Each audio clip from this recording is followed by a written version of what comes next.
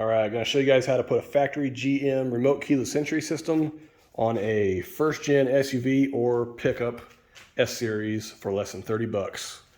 So you could unlock and lock your doors with the press of a button, and also pop your rear window hatch.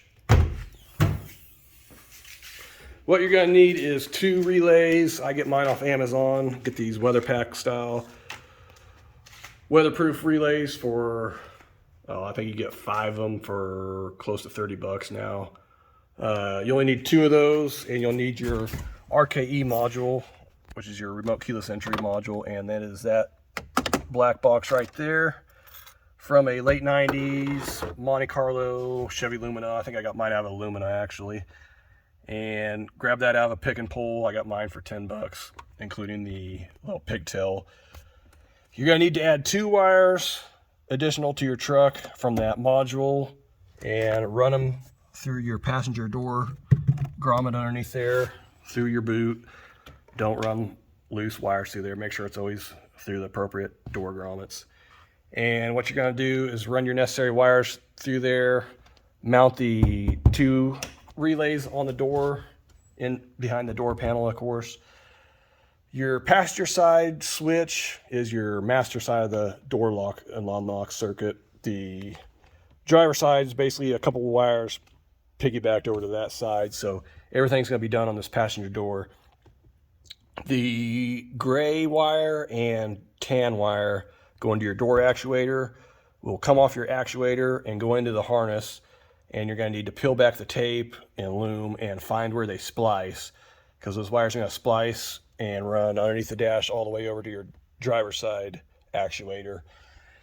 Find those splices, cut the wires, and those 2 wires that go to your driver's side actuator and the passenger side actuator will be now ran to your 30 terminal to the 2 relays.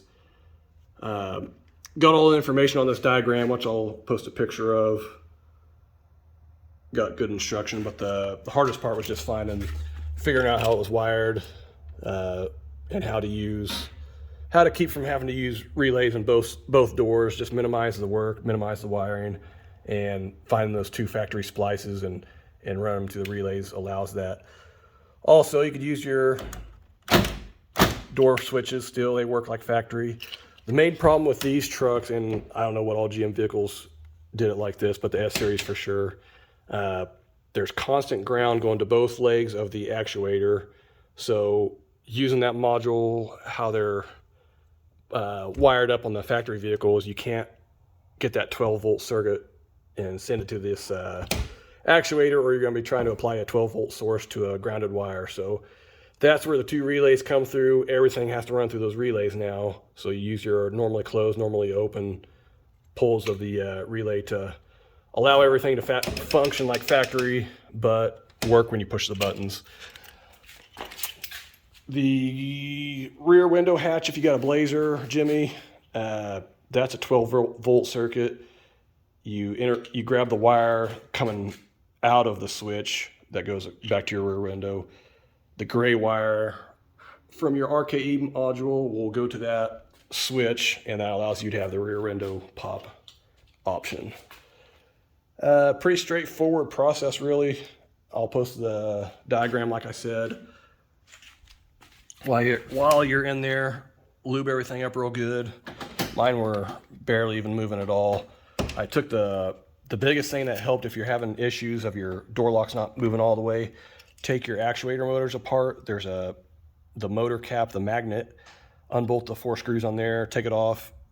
Take it off slowly because there's springs and brushes in there.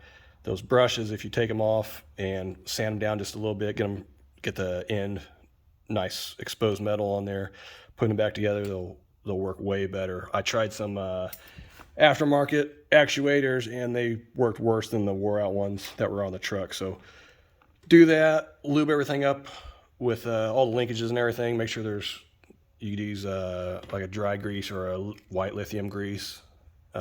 Anything that'll get everything moving free, and you'll have no problem at all. Also, a big help is spraying the hell out of that latch with brake clean, get all the old grease out of there, and spray new grease in there, and that also has a big effect on it. So now they got plenty of power to fully extend that unlock rod.